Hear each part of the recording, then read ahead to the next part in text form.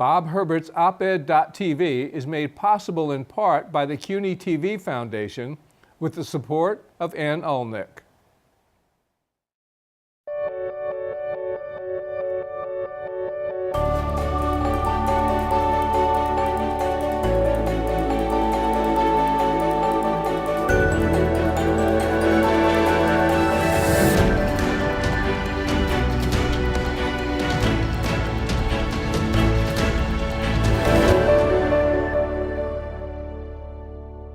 Hi, I'm Bob Herbert. Welcome to oped.tv. Are autonomous vehicles, driverless cars and trucks and buses really the wave of the future? Will they upend the U.S. economy like nothing since the invention of the automobile? Will hackers have a field day with these fully computerized modes of transportation? Let's find out. My guest is Sam Schwartz, known to many as Gridlock Sam. He's a traffic and transportation expert, a former New York City traffic commissioner, a one-time colleague of mine at the Daily News, and he now runs his own engineering company.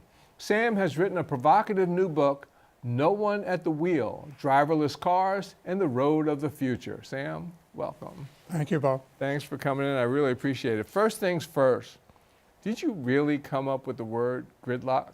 I'll tell you the story, Bob. In the 1970s, I worked on Midtown traffic, and when we were working on different schemes, we talked about the grid system locking up.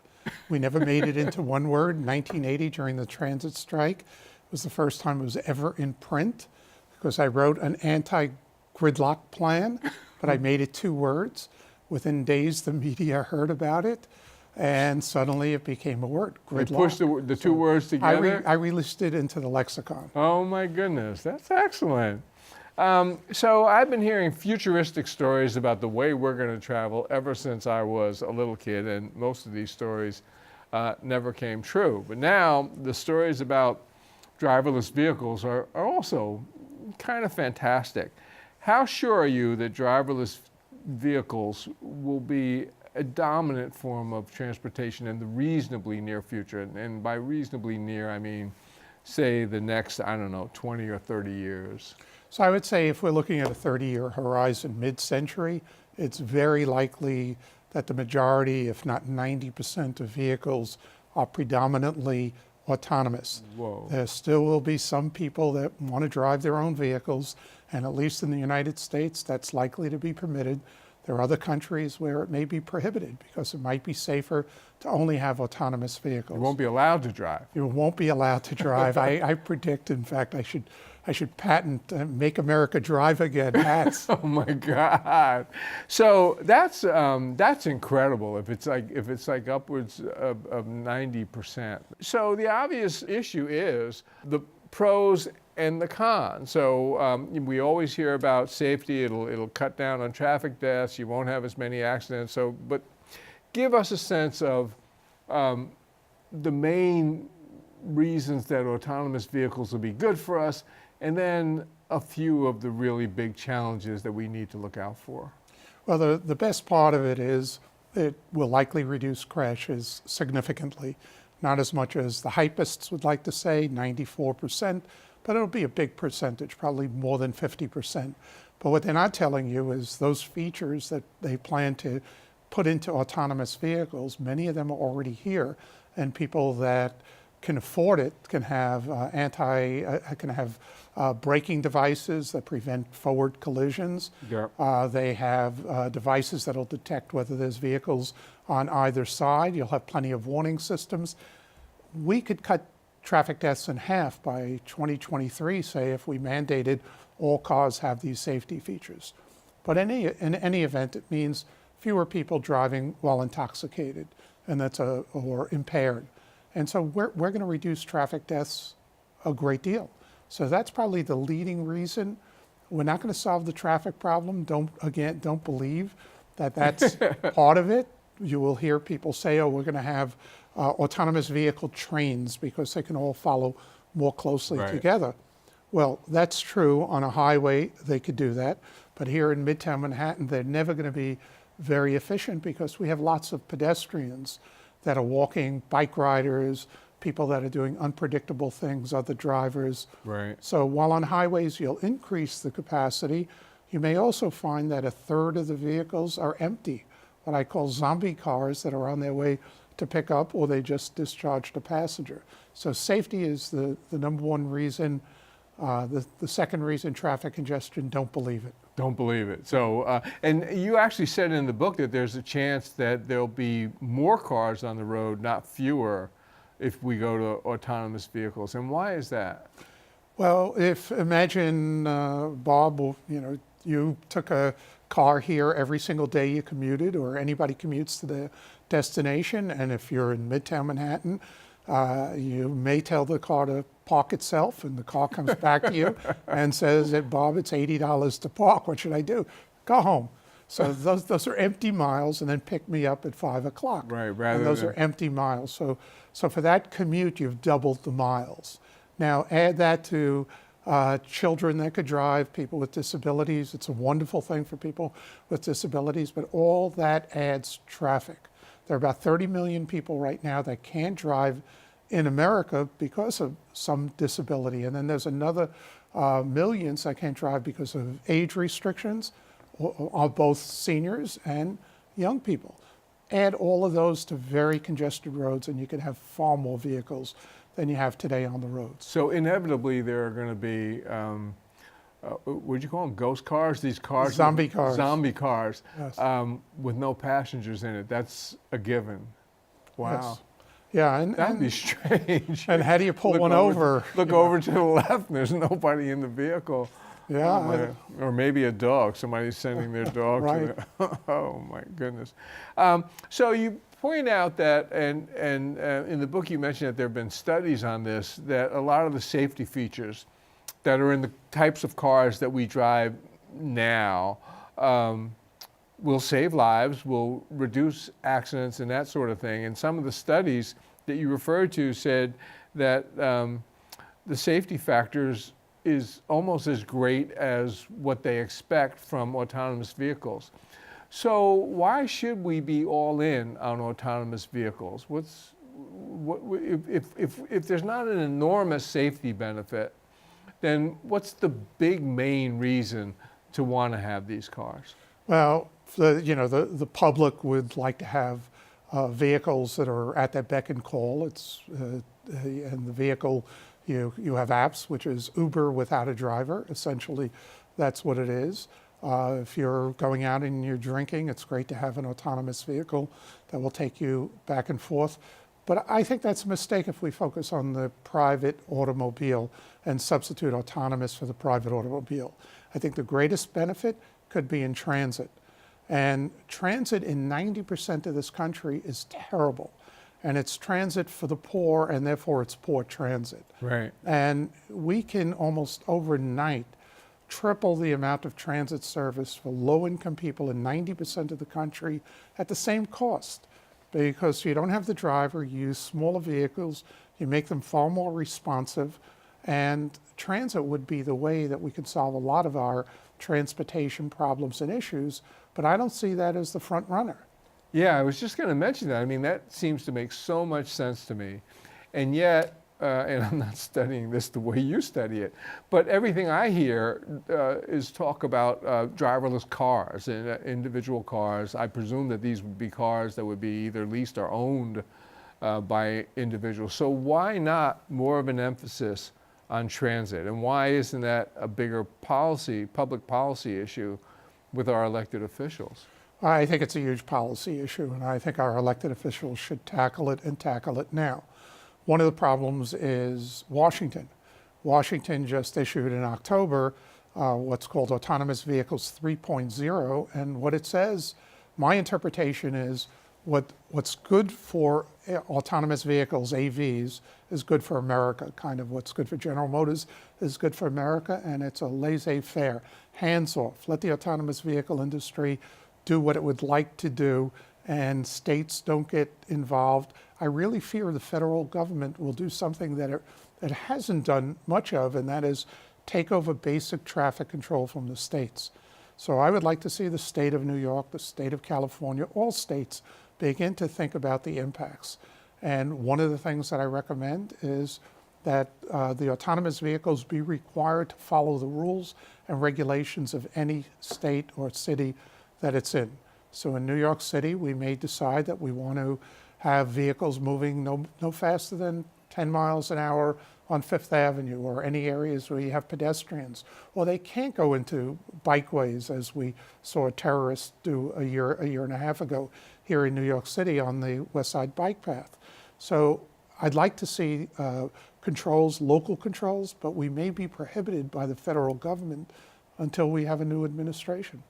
Now, one of the things you mentioned to me is that when you think about the safety aspects of autonomous vehicles, you also think about health issues, that you connect the two. Can you talk about that a little bit?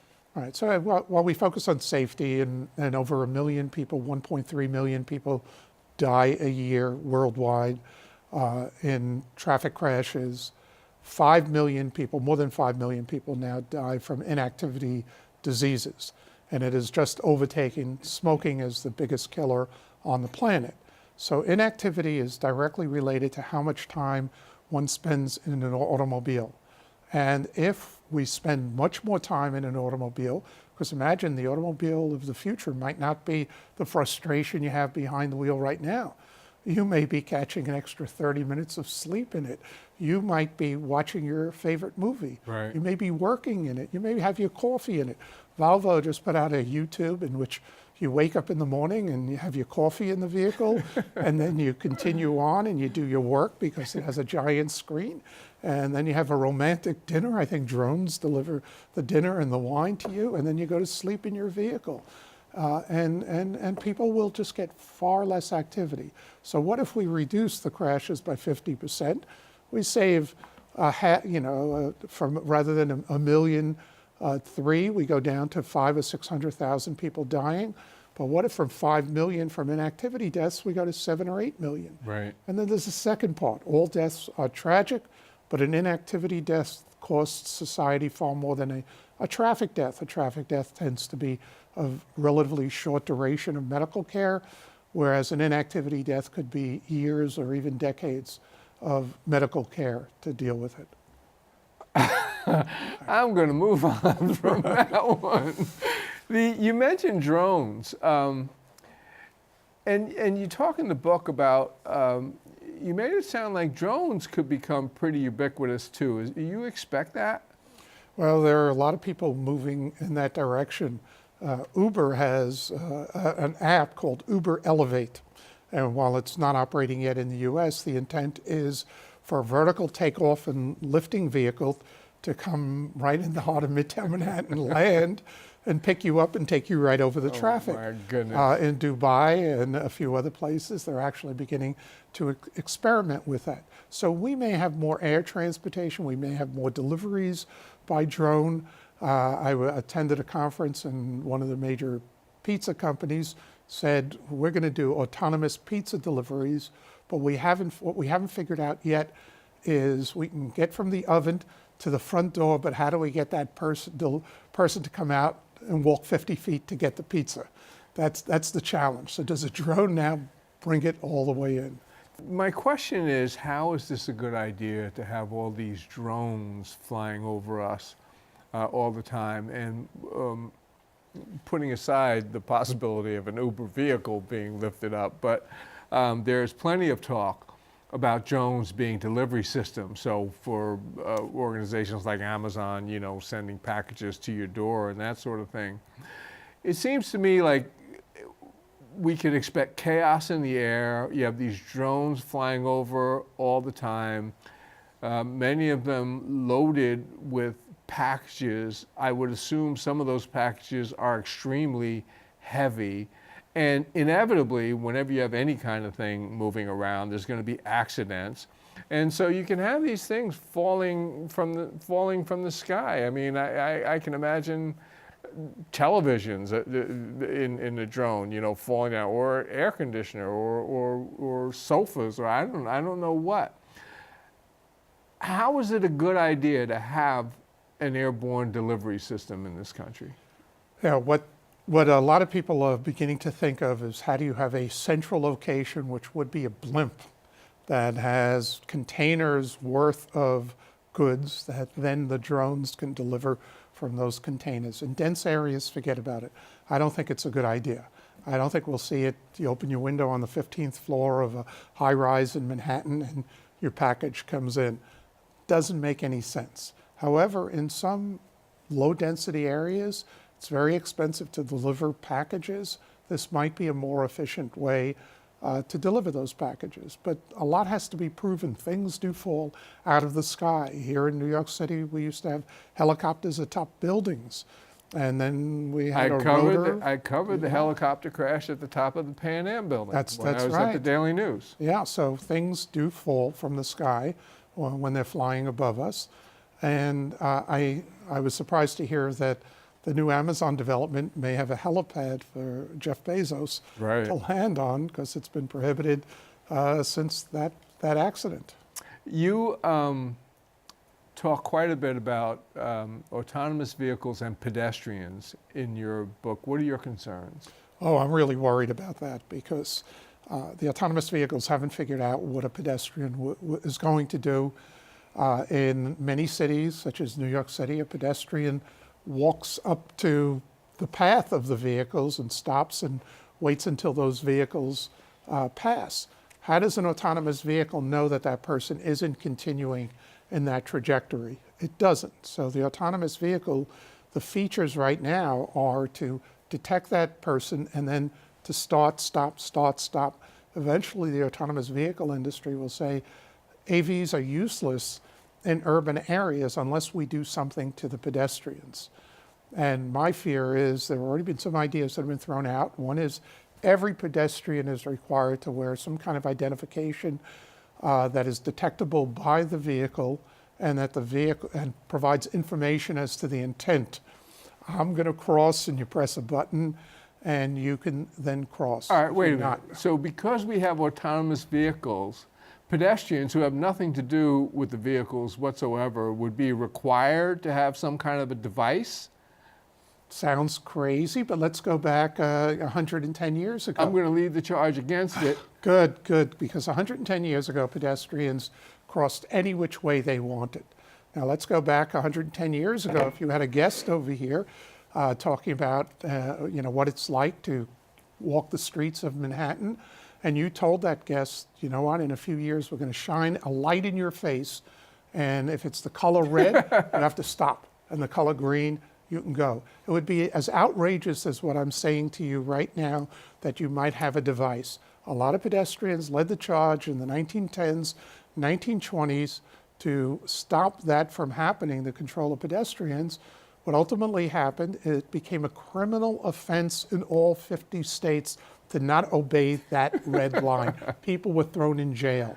So yes, all right, I agree with you. They would have thought that this was outrageous back in the day. Yeah, finally, something that's even before my time. Mm-hmm. But the pedestrian was not required to have a device. I mean, I think that's going to be that'll be a little strange. That would include like the kids and old people and everybody else. So like you can't leave the house without this.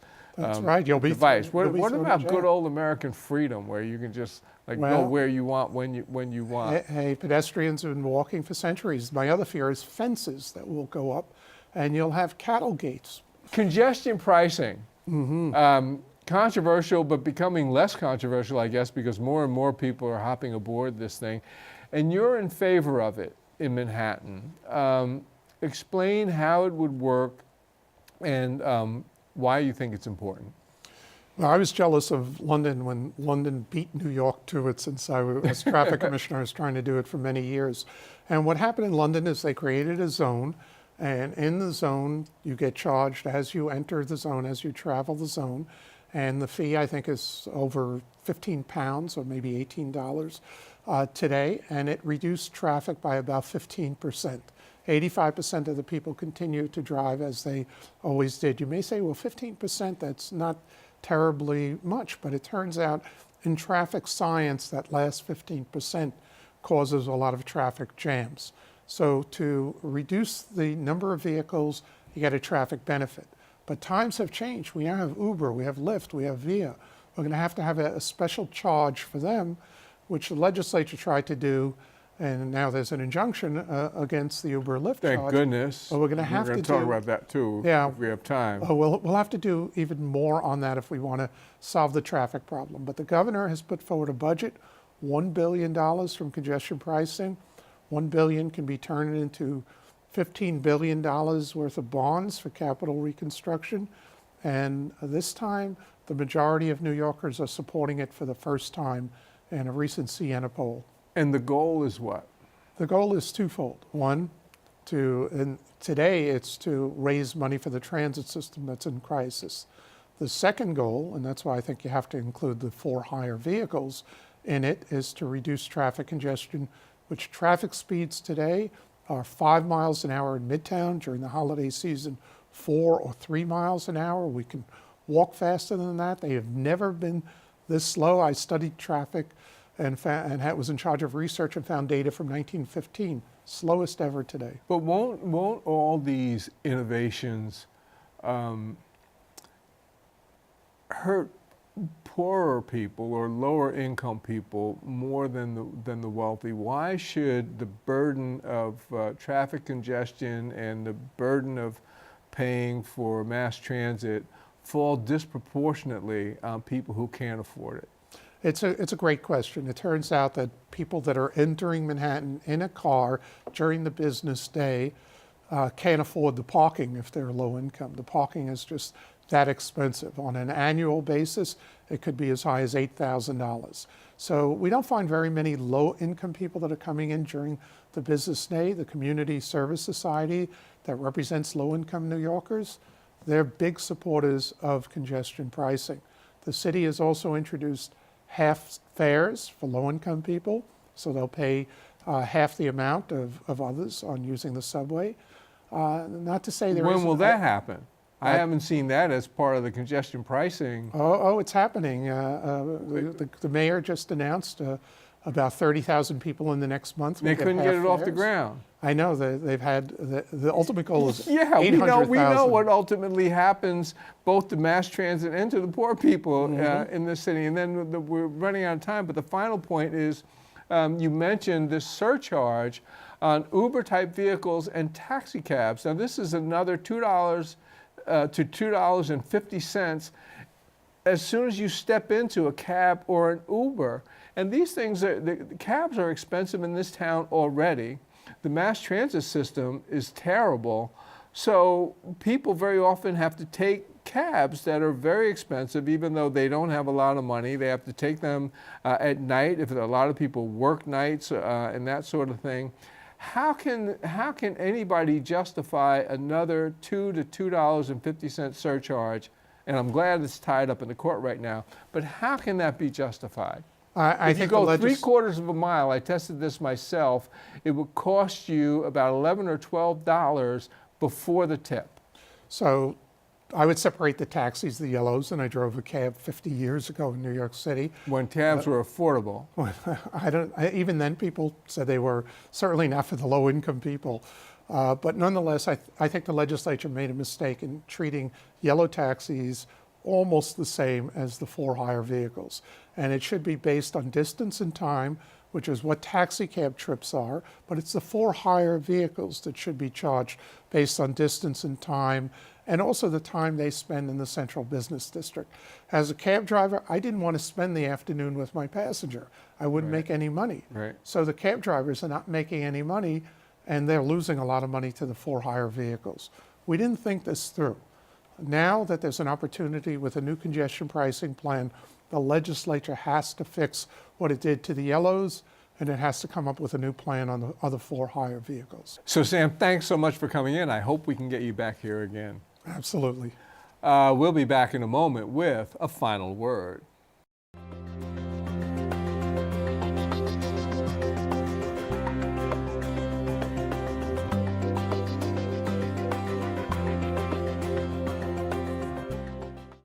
The mass media's obsession with all things Trump necessarily means that other very important stories get short shrift. Who knows? Maybe we'd pay scant attention to the devastating onslaught of climate change even if Trump weren't president. What I do know is that we need to pull our heads out of the increasingly hot sand and start paying attention, because pretty soon it will be too late. California, over the past year, experienced the most savage and deadliest wildfires in its history. The fires have driven the state's largest power company into bankruptcy. The Earth's oceans are warmer than they've ever been. Coral reefs, often called the rainforests of the oceans, are dying at a staggering rate. Thousands of the world's species are in danger of extinction, as are some entire island nations. Each report we get from climate scientists is more dire than the one before, and yet each new report and each dire warning is met with a collective shrug. Here are a few very recent headlines from the New York Times. Global warming is helping to wipe out coffee in the wild. Glaciers are retreating. Millions rely on their water. Ocean warming is accelerating faster than thought, new research finds. U.S. carbon emissions surged in 2018, even as coal plants closed. The evidence is all around us. The planet is on fire. But why bother to pay attention? Maybe it'll just burn itself out. That's all for now. See you next time.